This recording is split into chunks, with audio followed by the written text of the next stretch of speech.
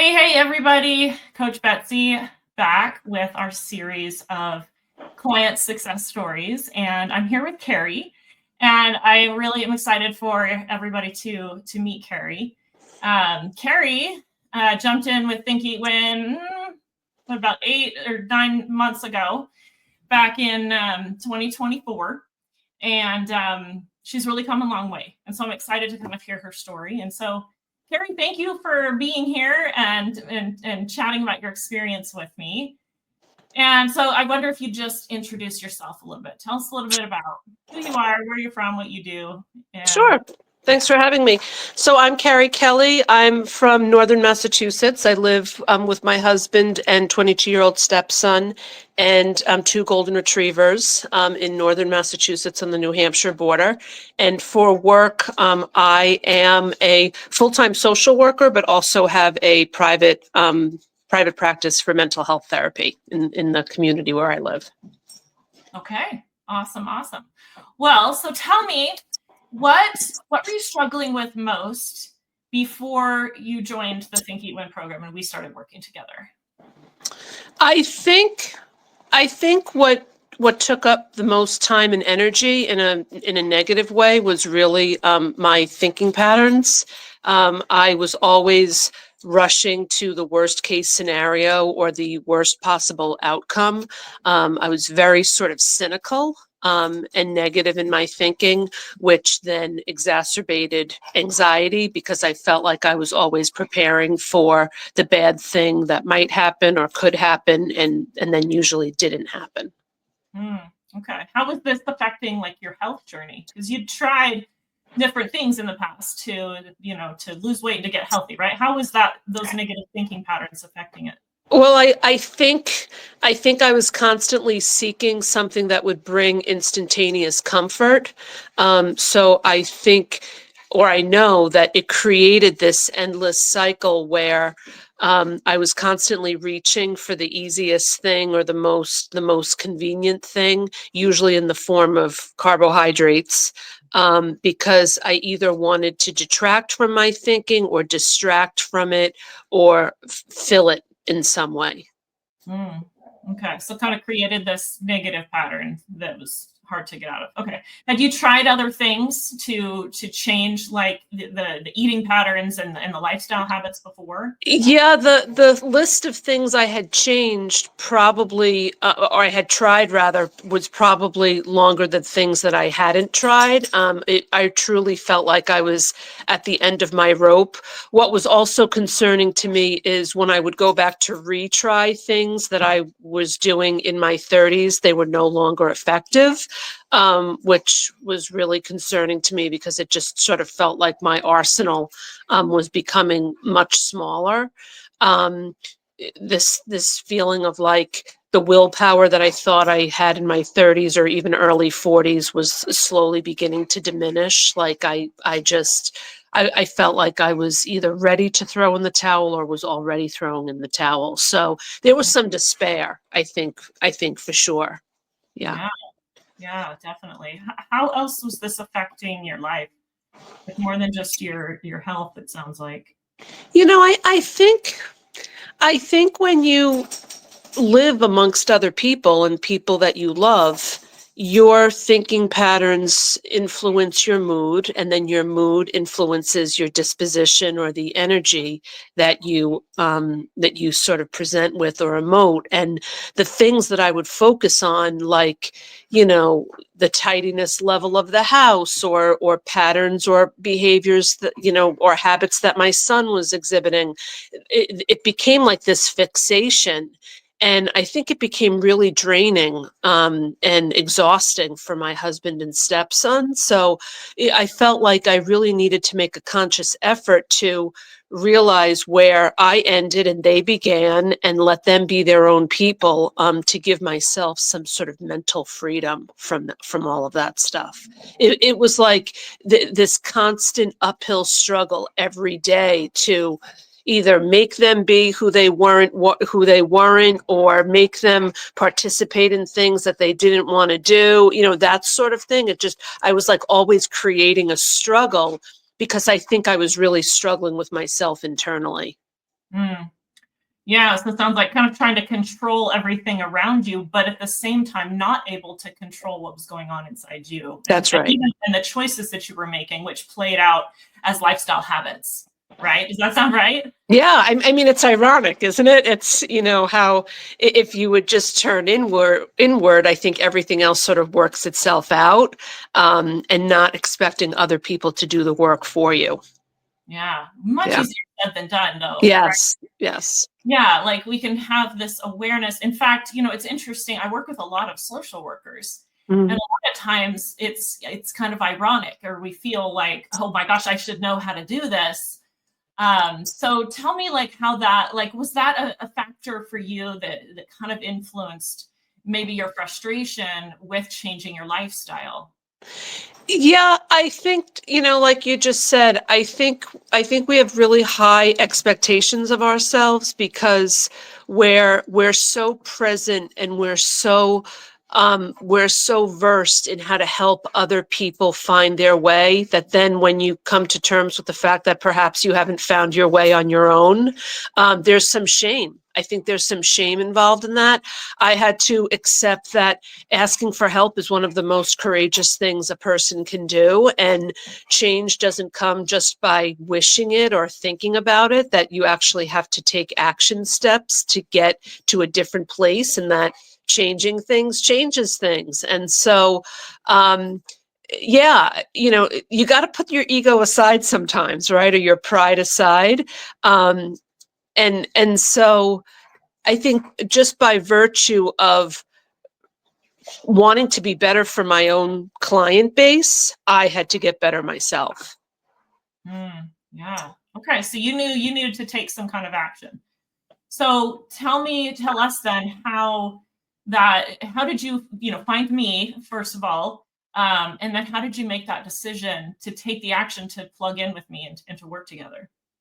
I think so. I found you on Instagram. I spend probably anytime I'm working on coming off of Instagram, and I was successful around the holidays, and it's starting to creep in again. But I found you on Instagram, which is the place where I really spend a lot of my downtime.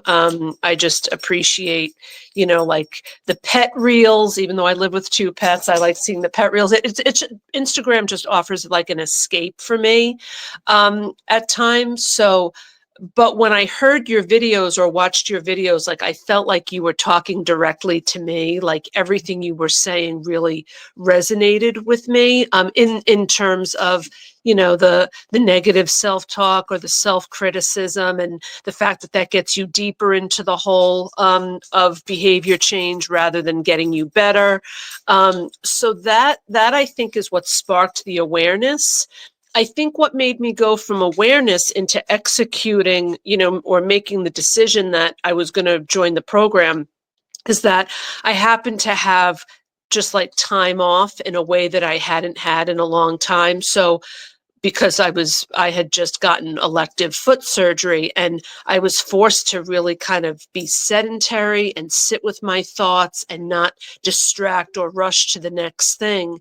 And I think the fact that I had 6 weeks of forced, sedentary um, patterns, so to speak, I thought I have to get a grip or control of this eating, and some of the junk going on in my head, in order to offset, some of the repercussions of not being able to move my body. So I think that's what ultimately sparked it for me.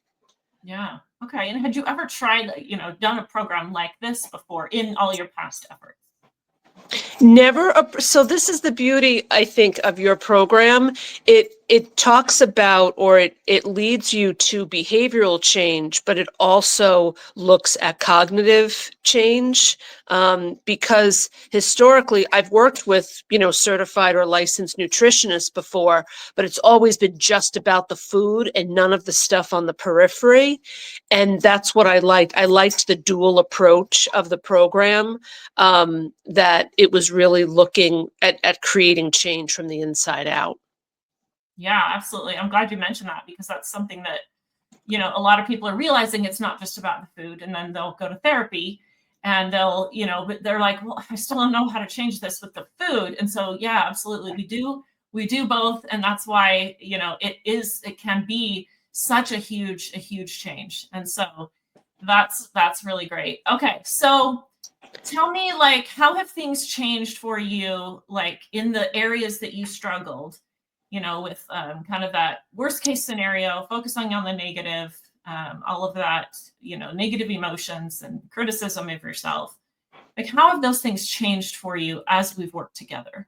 I think I'm more patient with myself. So I say patient because if those worried or anxious or worst case scenarios crop up in my head, I'm forgiving of them. I think I have awareness to catch them sooner than I ever did before. So they're much more fleeting and less frequent than they used to be. And I also think that I'm much quicker to forgive myself. So I think patience and self-forgiveness are sort of really the two takeaways, which to just rattle them off might come across as sort of contrite, but I really do think that when you're practicing them, you have no choice to then also practice them with the people around you and the people you love, in terms of, this whole notion of like, just let go or let it go. It's so much easier said than done until you have the tools to really practice and implement them. Yeah, I totally agree. Do you feel like you've gotten some tools through this program that have helped you move forward in that department? I do. I think the way in which we start off our day or start off our morning, and then for me, in terms of like bookends, I also end my day with really highlighting or thinking about what went well, what we're grateful for. For me, it always starts with the fact that luckily I or my closest loved ones do not, have not been afflicted with a chronic disease or chronic illness. That is like at the forefront for me.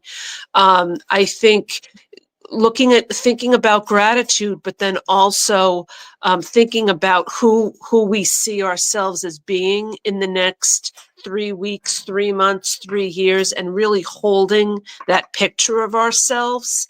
I think can be really powerful. So the daily journaling, I think, really helped as well in terms of like getting the junk out of my head.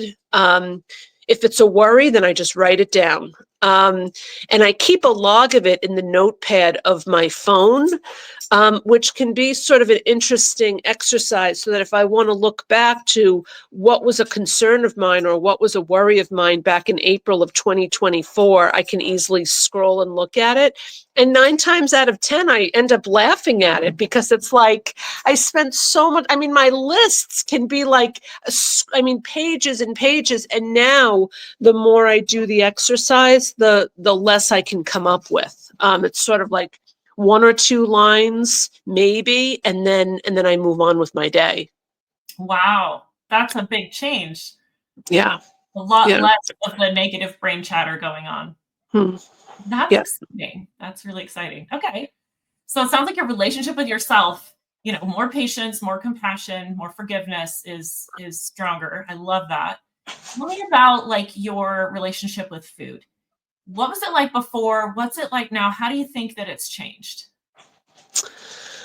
I think now it serves a more deliberate purpose. I am in tune to my body much more and my hunger signals than I ever was before. It is not to say that I'm perfect. I'm far from perfect. And one of the things of the program is learning about, progress over perfection. So I'm always looking for like the little wins.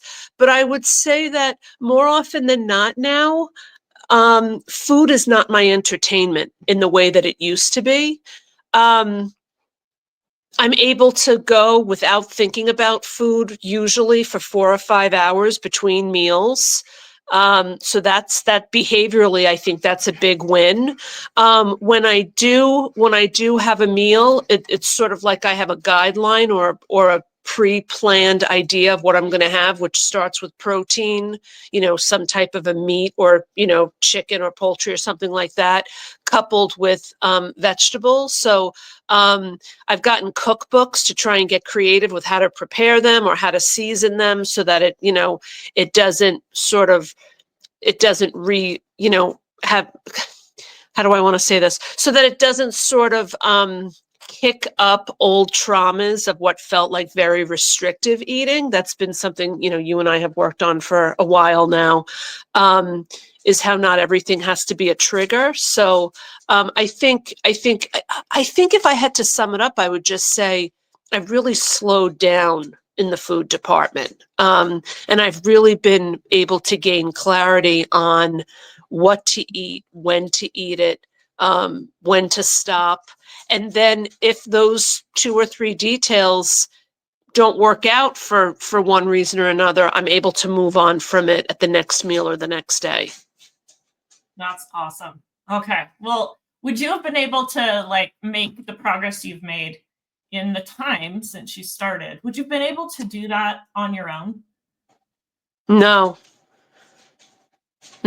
I think people, being a therapist, I know that people need people. And so having a forum to talk through some of this shame and to talk about some of the where I get stuck and some of the self-judgment in such a non-judgmental or accepting forum, I think is really important.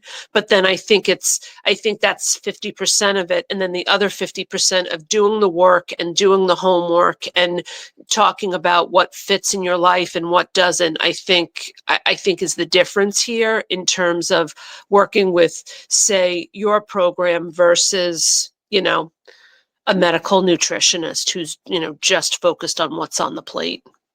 Yeah. Okay. Awesome. So do you feel like it was worth it? It was worth it. Okay. Yeah. Okay. What would you say to somebody who's kind of on the fence and it's just like, gosh, I'm not sure. Is this going to be, am I even, maybe I'm just throwing away my money because, this program comes with a pretty high investment. Like you got to really be committed to change. And so what would you say to somebody who thinks, I can just figure this out on my own? And Yeah. See, for me, I'm not getting any younger. I'm 47, so I'm experiencing the change in my body. Things are really slowing down, so in a lot of different ways. So I reference that because one, I think time is of the essence. This is the youngest you're ever going to be. I also think that anything in life will require investment, either investment through time or investment through finances. And I think if you're not investing in this way, you'll be investing through copays at your doctor's office. You'll be investing in new jeans or a whole new wardrobe because, your sizes have gone up. I've been there. In some ways, I still am there. But it doesn't have to be this hard. And I also think that, anytime in life something comes up that costs what feels like a lot of money, I always divide it by like the amount of months or the amount of weeks that I'm going to be using these tools or using this benefit. And it always ends up being like less than $50, so I think it's all about where you put your priorities. right. And do you feel like these are tools that only served you while we were working together, or are they going to have more of a lasting? Well, that's the thing. It's like they're mine forever, they're mine to keep. And I'm going to continue to sort of quote unquote work the program because, it's like anybody who's read a novel or watched the same movie more than once. The first pass, you may miss some things, but then as time goes on and as you've gained confidence or as you've gained wisdom, things leave more of an impression on you as time goes on. Yeah, absolutely. Well, your change and your progress is really inspiring, and it has not been an easy road for you. And Yeah. I have it's been great to work with you and to see you to really work so hard, and us to be able to work together to make that happen. So I just think it's awesome, and you're an inspiration.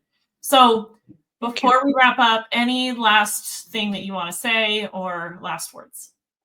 No, I think I just want to say thank you to you and to the community. I think the group work is great. It's a very strong and powerful tribe, as you call it, a very successful and talented women. And I felt honored to have been a part of it. So thank you. Yeah, you bet. Thanks for trusting me to walk the path with you. So, all right, Carrie, thank you so much. You're I'll talk welcome. to you soon. Bye. Bye.